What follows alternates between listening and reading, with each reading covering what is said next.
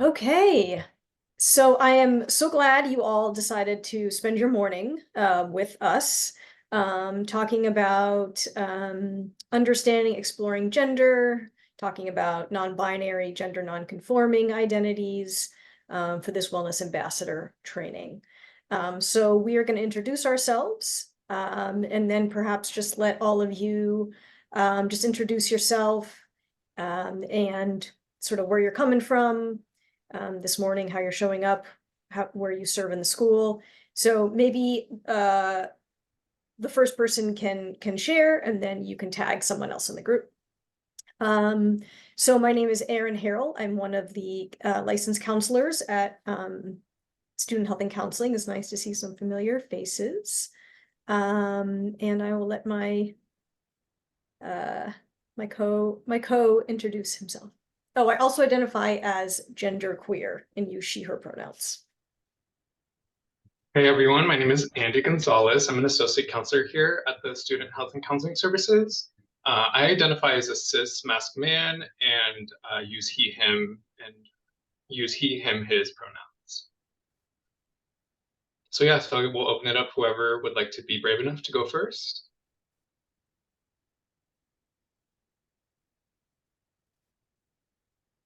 KJ? Hello, good morning. My name is Kaylee Jo or KJ, either's fine. I use they, she pronouns and also identify as genderqueer. And I work with our undeclared interest in nursing students over in the College of Science. Welcome. Cool. Oh, sorry. I'll pass it.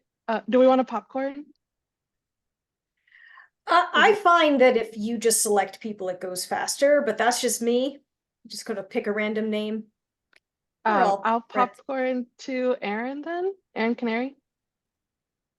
Hi, I'm Erin Canary. I identify as a cis-het woman. I use she, her pronouns, and I'm an academic advisor at CLASS, the CLASS Student Services Center. So I mainly support a lot of our human development and speech pathology students, but really any students within the CLASS majors.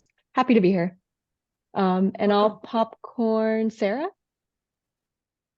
Hi, my name's Sarah. I identify as a cis female woman. I use she, her pronouns. And I'm an accessibility counselor here on campus, and I will popcorn over to Santos. Hi, good morning. My name is Santos Carter. I identify as a cis gay male. I use he, him, él for Spanish pronouns.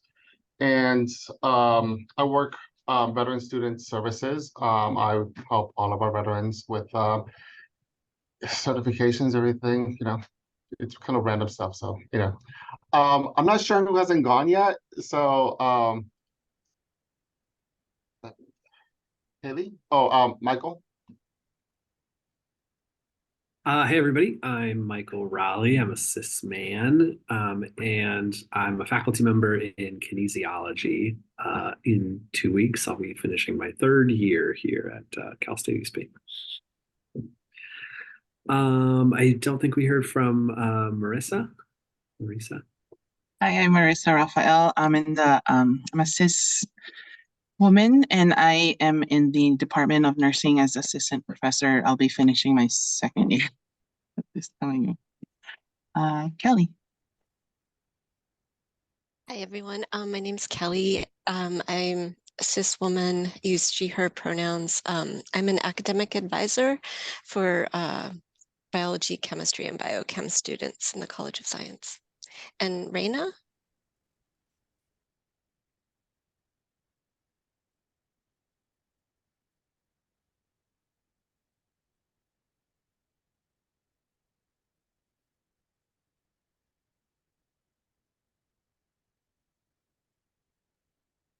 Well, perhaps Rena will have an opportunity to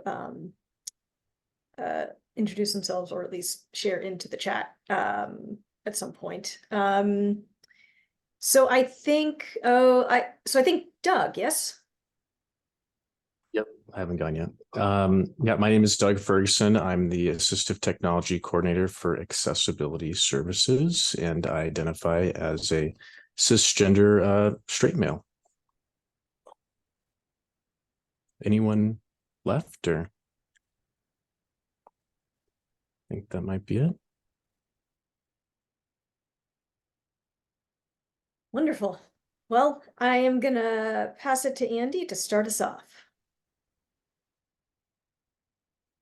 Yeah, so today we'll be talking about, like Erin said, talking about the binary that we find ourselves in when we talk about gender. And so we want to start off with just a little reflection for ourselves. We see, oh, Raina typing into the chat. Yeah, no worries, Raina. If you want to just check in through the chat, that would be great too. So we're going to start with a little reflection and thinking about the biases that we might have. And so some questions maybe to ask yourself as we're preparing to enter this presentation. What have I learned about gender and how did I learn it? What were some of the covert or hidden messages I was exposed to about gender? When I think about different gender identities, what do I notice about myself and how I feel in response to thinking about different gender identities? To what degree have I tried to view the world from a perspective of other identities rather than just our own? What about fears that might be connected to there being different gender identities in general, or for your children, if you have any, or people in your family, people close to you?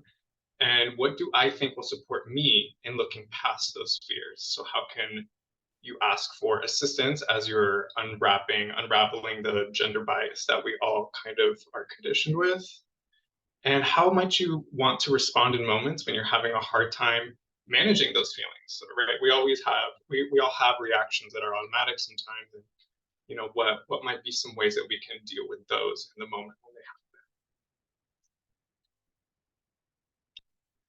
So on to the next one.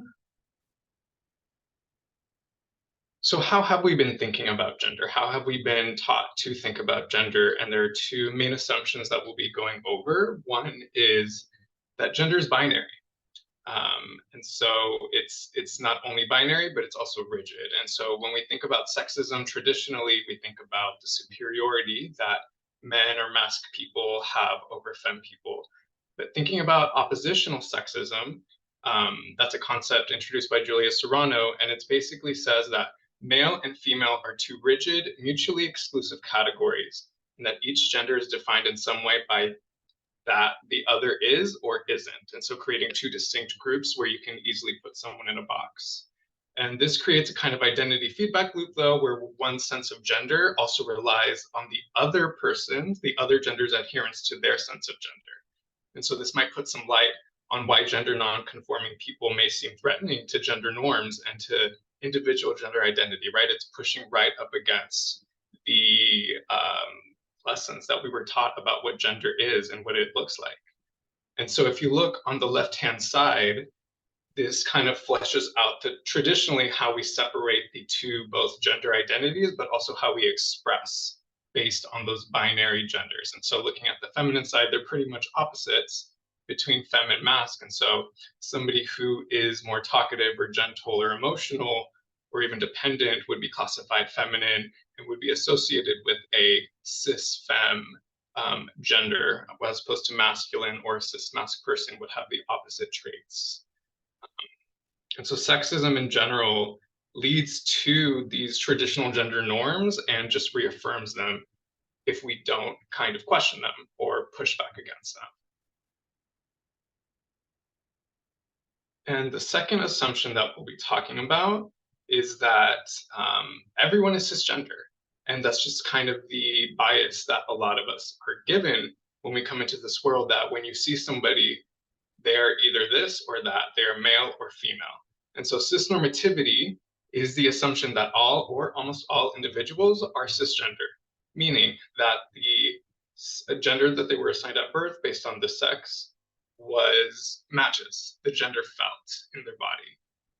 And so although transgender identified people compromise, they make up a small portion of our population.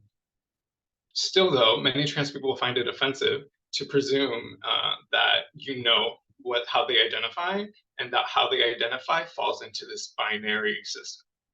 And so although cisnormativity isn't always on purpose, usually isn't, it is almost always perceived as hurtful, though, to the trans community, to gender nonconforming and non-binary people and their experiences.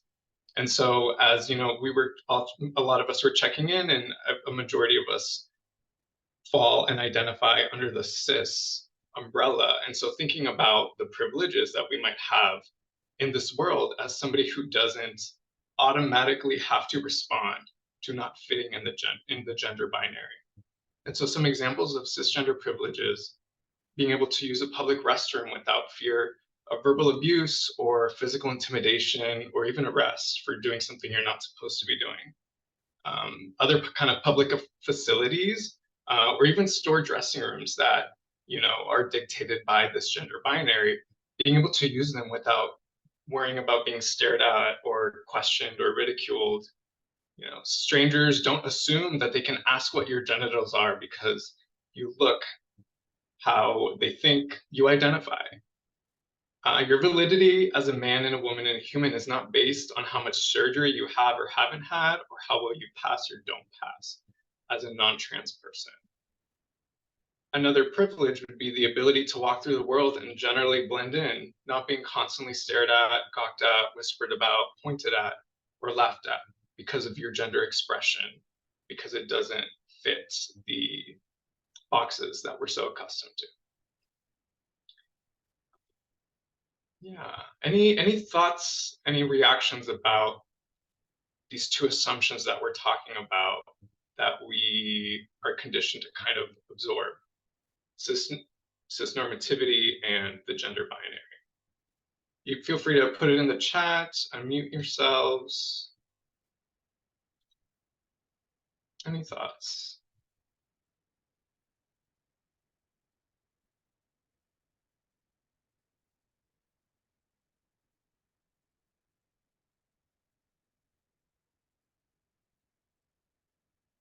All right. So next we'll be watching a little video about non-binary folks speaking about their experience.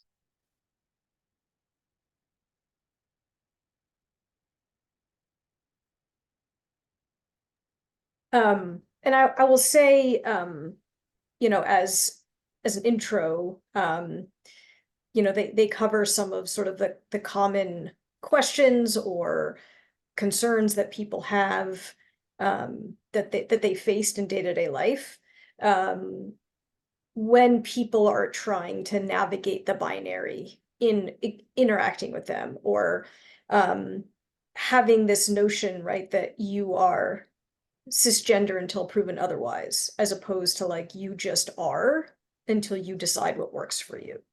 And same thing with like sexuality, right? Assumed heterosexuality until you prove otherwise, as opposed to like you're a person and you decide. So they're just giving you sort of their realistic lived experience. So I think that's part of the reason to share this. So let's go for it. Are you a boy or a girl? Is it he or she or they or what? That's so in right now to be like #gender fluid. Where do you shop, in the men's or the women's section? Or unisex? Unisex! That word needs to die! So what's going on down there? None of your business. I have had this many times. It's this fixation to know they have to know, because what they see is unclear. People don't even bother to ask me. They sort of forcibly tell me in the street, you've got this genitalia. And they can just go along and walk past people in the street and just sort of tick off like... Vagina, penis. Vagina, penis, I feel less anxious now. Your genitals have nothing to do with your gender anyway. Yeah. Those two organs don't identify your whole life, and they shouldn't. That's so trendy right now, #gender fluid. I can see this person. I mean, look at this coat. I'm just like hip and down with the kids, you know. We may have struggled to find the identity to understand who and what we are, but this isn't a fad. Non-binary is like a term that people can use where I don't want to identify as male or female. Don't identify with having a gender because I found it really restrictive. I think the main issue just comes from the idea of people thinking that they can explain your gender back to you. So it's like, I'm non-binary, they're like, oh no, you're trans. It's complex. I don't know, some non-binary people identify as transgender, others don't. I don't think it's more trendy now. I think our existence is actually being recognised. Yeah, we're actually being spoken about. It's reaching people who are going to be confused, like I was, and they're going to be upset and not know what's going on, and they're going to see that word and hopefully it'll mean something to them. So like you see someone who, and you can relate to it, and you're like, oh yeah, lol, that's me. Yeah.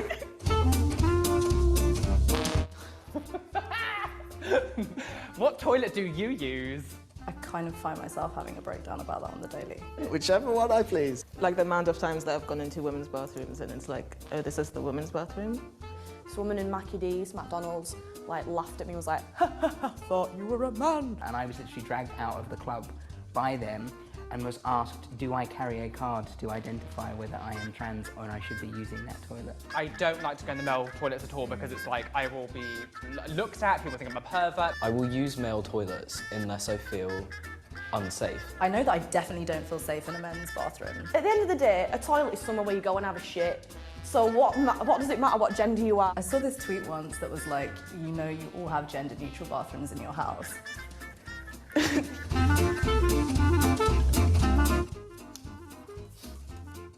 But were you born a man or a woman? I mean, what is a man and what is a woman?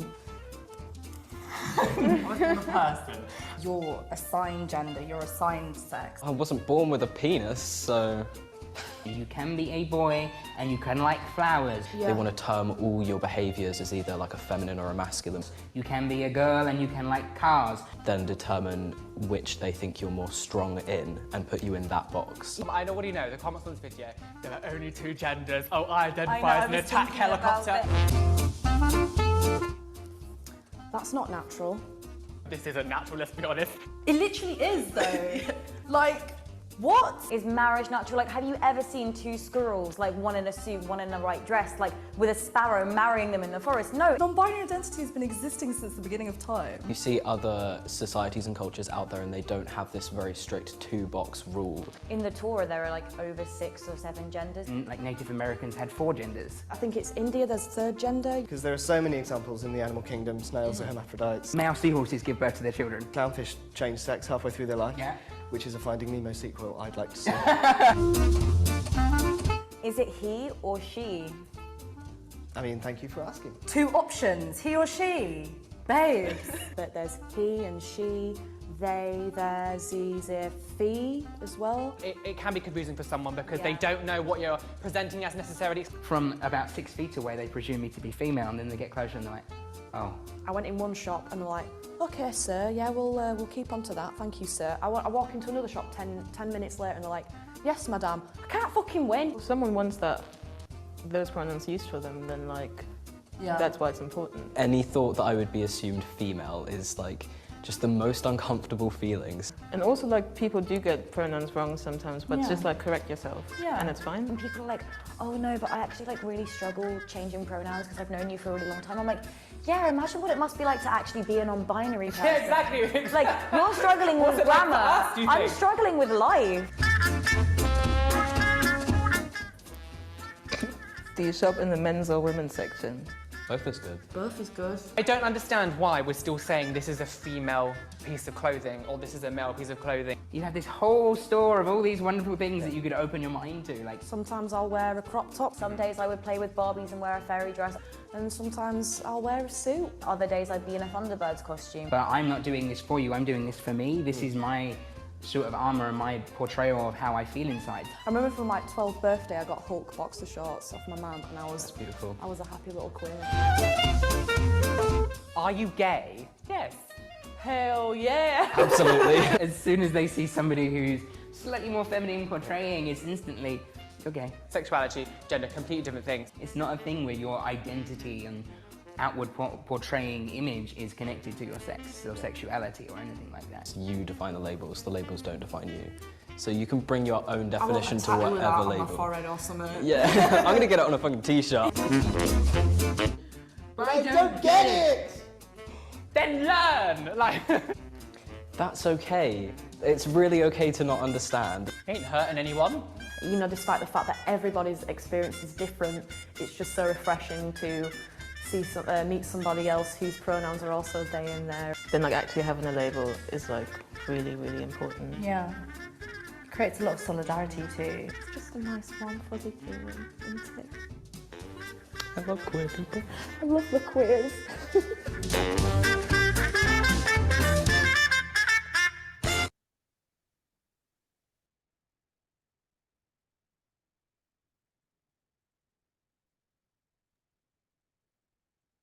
Okay.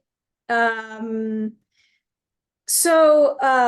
on. So that was sort of our segue into moving beyond the binary, into the non-binary, gender non-conforming, massive umbrella of possibilities.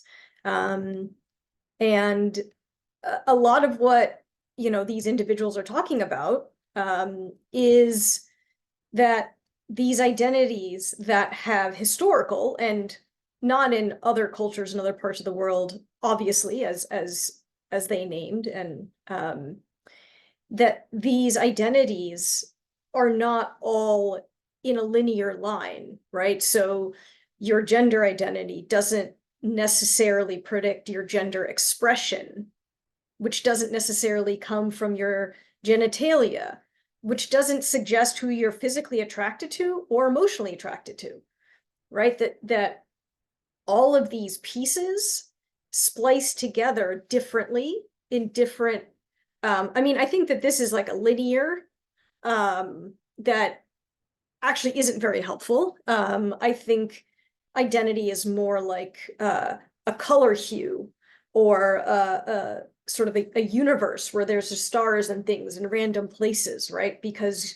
you are existing in the world and you are deciding what makes sense to you, what makes sense in terms of your gender, what makes sense in terms of expression, the way that expression can change day to day, and attraction and sexual orientation. Like it's all just, you know, using all the crayons in the crayon box. And I think what they were saying in the video is that this isn't new, right? That this is actually, you know, the expansiveness of the human experience, but the binary and these assumptions around cisnormativity have had created this thing that is assumed to be natural, but it was a construct. So one might argue that this is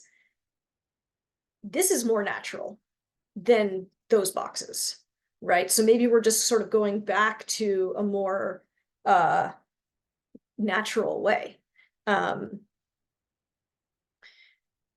So a quote from Elliot Page, who, if folks know, transitioned sort of in the spotlight a bit, was Emma. I guess I don't want to say the dead name, but anyway, Elliot Page. There are all sorts of people telling us what to do when really what we need is space to work out who to be. Right? And ideally, we would give birth to humans.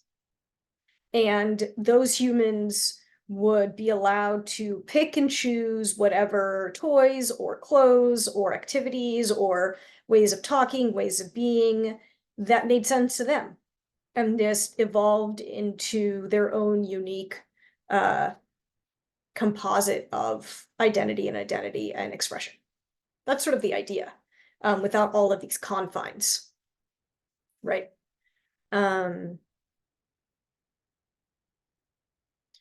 So let's see. I think I'm doing this more. Challenges for gender nonconforming folks, as some of them named in what we watched, right, is that aside from, you know, picking which bathroom to use and locker rooms and being gawked at or other people feeling like they can ask you inappropriate questions about your genitalia or you know, have you had surgeries, etc. One difficulty, right, is that your gender is experienced, right, personally. You are creating it, you are affirming it, but it is validated or invalidated societally, right? So we're social creatures. There's a lot of feedback loops. So a lot of the issues come when you are feeling your gender or you're feeling your identity and you walk into a space and the world responds in a way that is affirming or disaffirming, right? Like they were saying, they address you as sir or ma'am. The gender markers on legal documents, driver's license, passports, when you go to the doctor, I think a lot of forms are evolving, to give people the option to fill in their own gender marker. But this way of needing to be a certain way so that society responds to you in a certain way gets very, very stressful, right? Because people need to know what you are for some reason. I think it's biological, evolutionary, probably. And so navigating these spaces becomes difficult because you're sort of just wondering, is the outside world going to respond to me in alignment with how I feel? Or are they going to consciously or unconsciously stick me somewhere that I don't belong? And so that's, that is a source of stress, right? So we talked about invisibility and erasure. So just this is around representation, not really allowing someone to express or describe what their identity is, what their gender is, allowing it to shift, right? Assuming sort of erases the variety, the variability. Gatekeeping, we talked about, that how your ability to sort of decide your gender, you have to, go through all these forms, like at the DMV or Social Security. You need a letter from a mental health professional in order to get gender affirming surgery, right? Where you don't need one if you're going to go get a nose job. Like that's kind of strange, right? And I think while people are sort of evolving in their gender, right, there's this body dysphoria, right? Until they figure out what's the right fit for me, is body doesn't fit with felt sense of gender, or the way they've been taught to dress doesn't fit, right? So this disconnection from body and dysphoria can be really detrimental. It can lead to depression, anxiety, isolation from community, disconnection from family, right? And community, right? And because you're assumed this and you're trying to create something outside of those assumptions. And that can feel very challenging and alienating. And I think more and more representation helps individuals feel like, oh, there is something that looks similar to me, or that is actually possible, or I can have more variety or more certainty or more exploration. But it is difficult, right? And then this idea around, oh, you're trans, or oh, you're non-binary, like, oh, you've probably known since you were like 3 or 4, and not everybody has, right? Because everybody's identity journey, gender journey is different. And not saying that they're not really trans because they didn't know when they were really young, right? Like, again, gender expression, these are just things that we feel and that can evolve or not evolve, but assuming that there's some timeline isn't real either. Let's see. And then trauma. I mean, I think gender nonconforming folks experience trauma at a higher rate than cis folks, higher rate of being the recipient of violence, family rejection, homelessness, especially if you are a person of color. And gender nonconforming, that ups the percentages significantly. And right, people aren't gender nonconforming or trans because they've had trauma, right? It doesn't come from somewhere like malicious. It just is a part of the human experience. Yeah.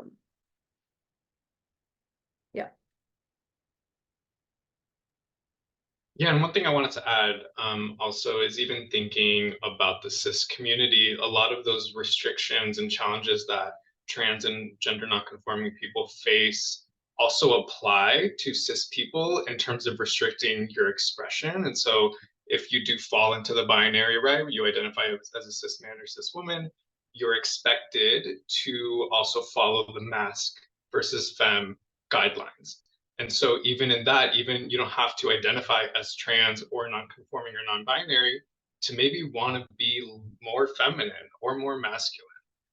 And so, we're highlighting the implications and challenges for the trans community, but also it kind of just affects everyone in detrimental ways. And so thinking about how to support and be allies to the non-binary trans community.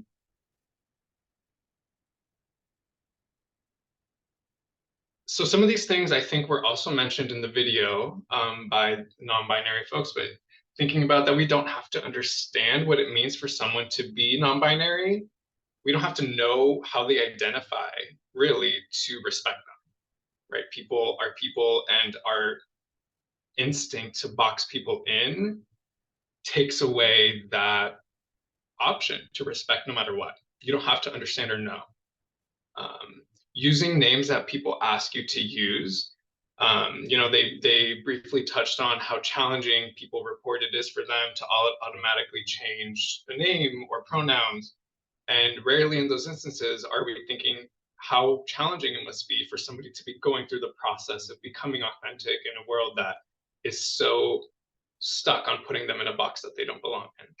And so if all we do is ask again and again just to make sure we're doing it and we're using the right name and pronouns, I think that's the least we can do to be allies in that way.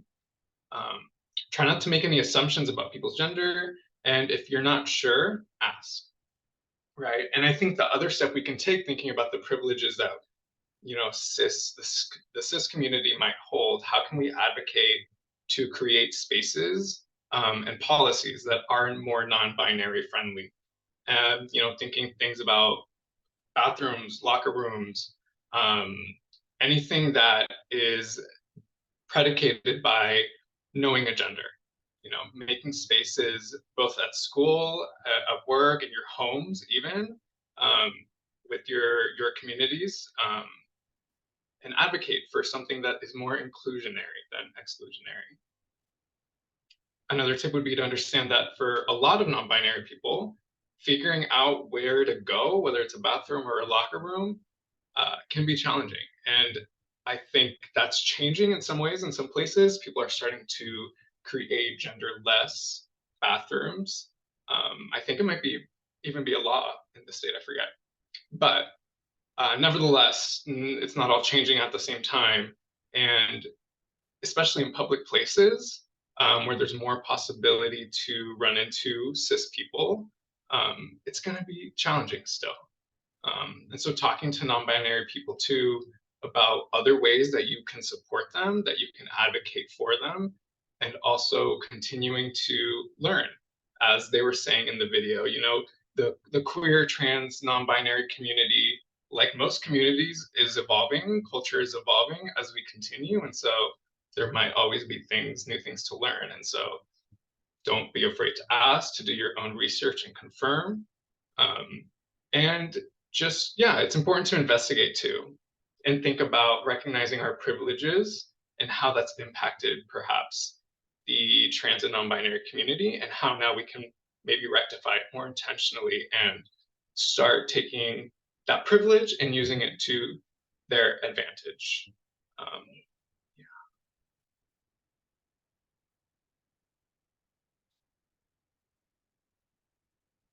And I'll just add the other thing I think they said in the video is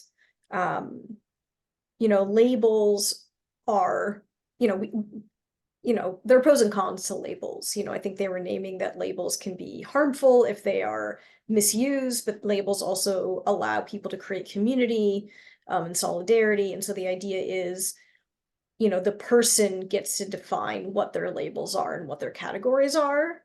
You don't, not you, but like the you general you. And so even if their labels or categories don't seem like they don't make sense to you, like that doesn't matter, right? It makes sense to them. And, you know, the only reason why you say, oh, I'm a cis person, you know, I'm male, and nobody questions it because they're like, oh, that all makes sense, right? But it only makes sense because it has been constructed and naturalized so much that it seems like obvious, but it's just a construction, right? It's just a social program. And so just sort of thinking about what, you know, I know Tig Notaro, if anyone is familiar with her, she does this thing where, you know, she was in a restaurant or when she sort of goes up to a, you know, ask someone for something and they say, there's a cis male, and it says, you know, how are you doing, sir? And she's like, I'm doing just fine, ma'am. You know, like, and just to sort of play around with what it's like for people to be like, oh, I'm not a man, like, and they're so aghast, you know, and you're like, yeah, it doesn't fit, does it? Right? But I think it's like, you're like, well, of course it doesn't fit. It's like, well, this doesn't fit either. And so it's really just sort of breaking down those ideas and paradigms, I think. Yeah.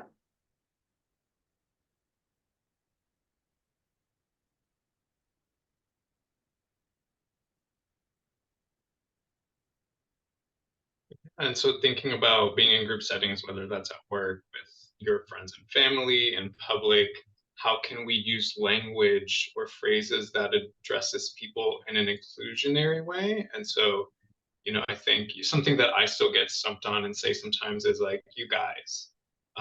And my intention at some point in my life, I decided I'm going to say y'all, even though I'm not from the South and that doesn't really feel natural, but it feels more encompassing, and less exclusionary. And so thinking about, yeah, using all, using you, words like team, group, folks, everybody, everyone, people, pals. And so also thinking about, you know, what the setting calls for it. Sometimes, you know, we use language at work that we might not use with friends, but regardless of the setting, being conscious of the language that we're using. So in a way, we're also communicating to people that we are trying not to be discriminatory or judgmental or prejudiced as well by being inclusionary.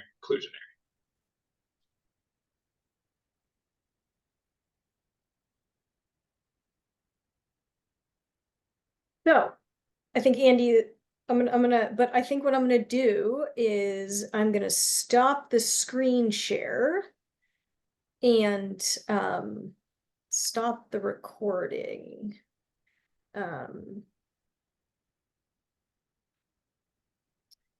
Because